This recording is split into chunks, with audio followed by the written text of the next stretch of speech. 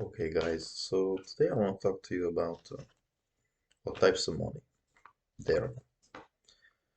So there are multiple types of money. First we'll talk about the three basic types of money, and then we'll talk about the fourth one. Because not many people know the difference between currency and the numbers in your bank account. So we go over the first one. As we mentioned it already, currency. The second one is bank deposits, which are the numbers in your bank account. Okay, what makes these different? So, first of all, there's much more bank deposits than cash, obviously. Much more. So, I don't know the exact figures, but like 10 times more, 20 times more, whatever. It's a multiplier. So, currency units, cash, is created by the central bank. They're the ones that actually print the money. Not in the sense that most people think with the meme with Chair Powell printing the money.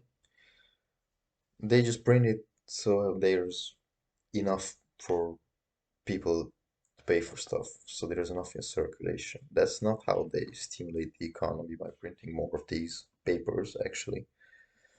But we'll get into that later.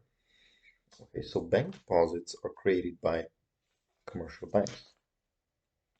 Okay, if a commercial bank gives you a loan, okay, let's say I go to the bank and I want to get a loan and I get approved for that loan.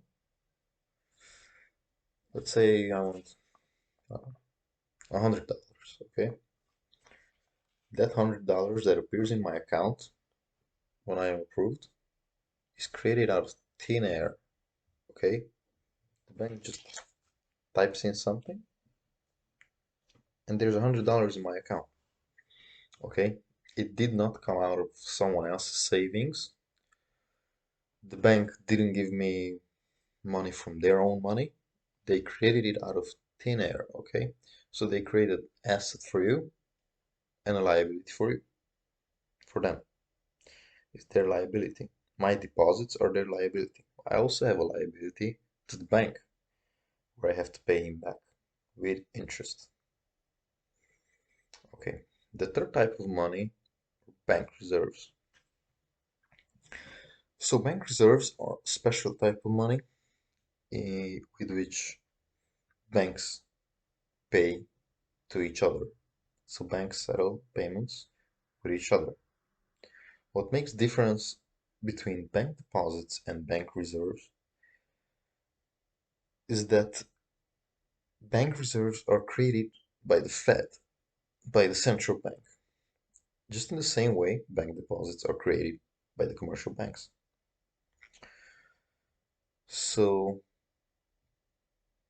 bank reserves never leave the balance sheet of the Fed. It's always going to be a liability of the Fed, even if they can go from one bank to another or from one bank to another financial institution that has an account with the Fed. It will not leave the Fed's balance sheet. So that is how the Fed controls the level of reserves that's in the system. Okay, so what's the connection with all these? You as a person cannot have bank reserves. Okay, only banks can hold bank reserves because they need to have an account with the Fed. Okay, but let's say a bank needs more currency units because their ATMs are running low. ATMs, sorry. So if their ATMs are running low, they will call up the Fed. They will say, okay, we need $1,000 in currency units. And they would pay them with bank reserves. So they wire the money electronically to the Fed, and the Fed sends an armored truck with currency units to the local bank, Okay, so if you look at it this way, cash is really king. Cash is the only way we normal people can hold anything that's close to bank reserves. Because just as I told you, bank deposits are a liability of the commercial bank. Okay, so if you have too many bank deposits, let's say more than $100,000, your bank deposits are at risk because by law your deposits are insured, but only up to $100,000. So if you have more than that and the bank goes bust, well, you're at risk of losing your bank deposits, your money. You will never be able to actually use it. They'll go to zero, basically. So that is very different. So this is where the fourth type of money comes into play, which are technically an asset. They're also an asset, but they're very liquid, which are treasuries, bonds. So let's say you're a millionaire, billionaire, okay? Your bank accounts are only insured up to $100,000. What will you do? Will you open 100 bank accounts at different banks? There's probably not even that many banks in various countries. These people will buy treasuries. They will buy T-bills, and you get an interest on that, and it's insured by the government. So the government can always print more money to pay that debt back, and they will want to pay that debt back because they don't want to default.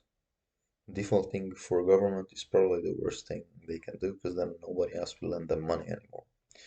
And if the debt, aka the bond purchased, is in the currency of your country, then your central bank can pay it off because they can just print more money, always. So that is how millionaires and billionaires store their money through treasuries because you also get an interest on it and it's also insured by the government. It would be silly to keep $1 million in a bank account. Okay, that bank goes bust and you only get back $100,000 because that's what you're insured for. So these big financial corporations and millionaires or billionaires, they use treasuries as a form of money.